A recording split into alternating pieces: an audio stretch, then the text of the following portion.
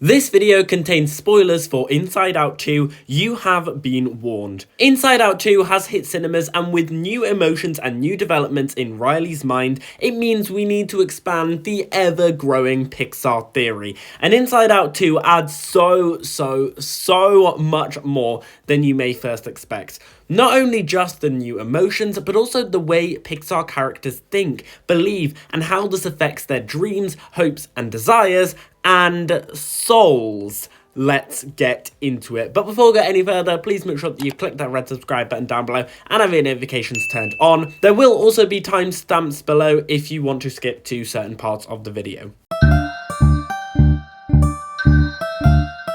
The first Inside Out was massive to the Pixar Theory, the theory that all Pixar films are connected, and if you want to watch a whole video explaining the whole Pixar Theory up to date, then you can either go and click the card somewhere up there, or there'll be a link down below in the description. But the first Inside Out showed how the life energy is created throughout the entire Pixar universe, and that is through human memory. We see in the first Inside Out the value of core memories and how they make up a person's islands of personality, and that human memory gives life energy to other things. For example, the toys in Toy Story come to life because of human memory, which is why they are so concerned about staying with their owner, because if their owner forgets them, then they stop being alive. The cars run off the memories of their past human owners, and without that, they suffer. That's why in Cars 2, they have a massive energy crisis that can't be fixed, and it's because humans have been away for so long. In Coco, the entire land of the dead is created from human memory, allowing dead people to stay alive as long as their ancestors remembered them on Earth,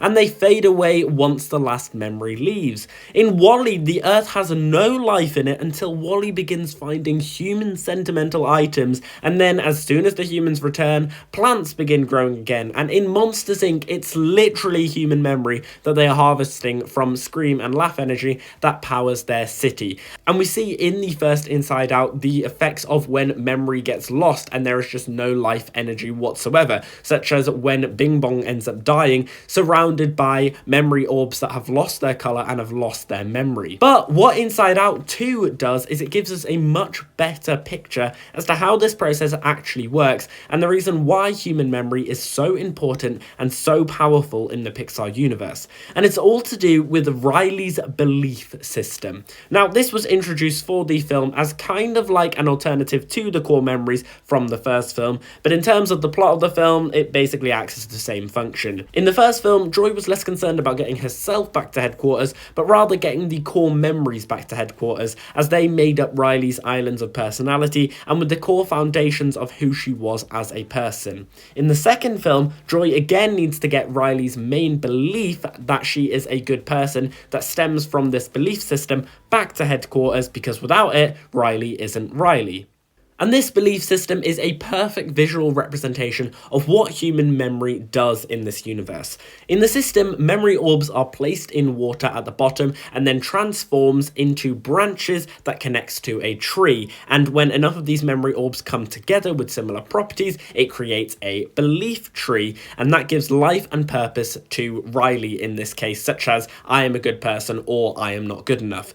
But it just emphasizes how human memory gives life to non-human objects. As we see here, the memory orbs literally come together to create a tree, which is the giver of life. Without them, we wouldn't be able to survive. And I'd say it's this system which actually gives life to those non-human beings in the Pixar universe, rather than just human memory, because this shows how it requires lots of different memory orbs to create purpose. Because theoretically, there is life in the Pixar universe that isn't human and doesn't take on human traits, such as plants and trees, but they don't have any human purposes or wants and desires. They can't make their own decisions like we see the toys and the cars and the robots do.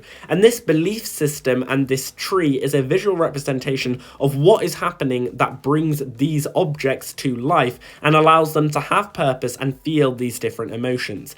Taking the toys, for example, it's their owner's different memory orbs and any previous owner memory orbs that come together as if they were being planted in this belief garden and create the the metaphorical tree that would make them come to life and can move around and have their own wants and desires and beliefs, like I am a good toy and I am not a good toy, like we see Woody tackle in the first Toy Story. As a matter of fact, you're too cool. Why would Andy ever want to play with me? For the cars, it's the exact same premise. The cars' previous owners had lots of different memories of driving that come together to form beliefs about driving and what is a car's purpose, which is why you have in Cars 3, Lightning tackling with different beliefs of whether he is a good racer or not.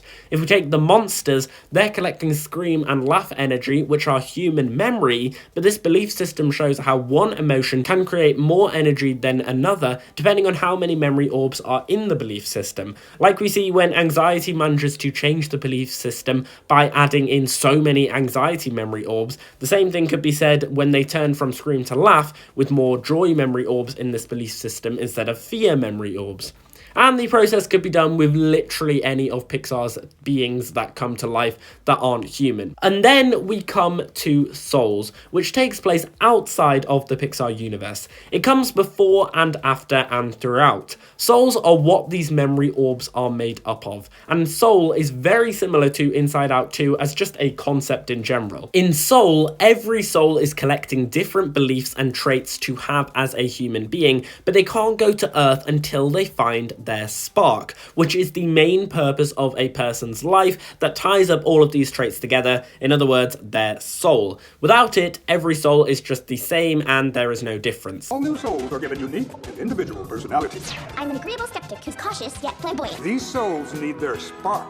And this belief system, I believe, is what the spark is for different people. Because the spark isn't just one purpose or one belief or one trait. It is life. It's the moment when the souls learn that it will have many different beliefs and purposes that stem from its experiences, and that's what gives it life. To come live. I'm not good enough. I never got my spark. Yes, you did. Your spark isn't your purpose. That last box fills in when you're ready to come live.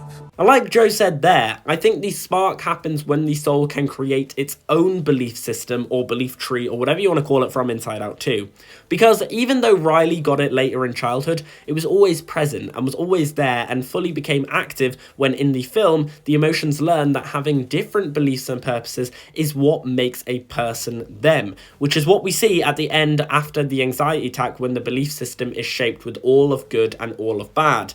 And it's basically the exact same thing that happens to 22 when she ends up getting the spark. She kind of has the same thing as the anxiety attack in Riley's mind, but on a soul's level, and gets the spark once she accepts both the good and bad and learns to control her belief system. Not good enough. And that is how I think Inside Out 2 fits into the Pixar theory. But anyway, guys, that is the end of this video. I hope you have enjoyed it. If you have, make sure that you smash that like button down below and subscribe to the channel if you haven't already. Guys, let me know down below in the comments, what do you think about this? Do you think that this new belief system adds more evidence to the idea that human memory is what brings life to non-human objects in the Pixar universe, like the toys, like the cars, like the monsters? And do you reckon that the spark that the souls are trying to search for in that movie is actually they're trying to search for their belief system and it's just another word for spark?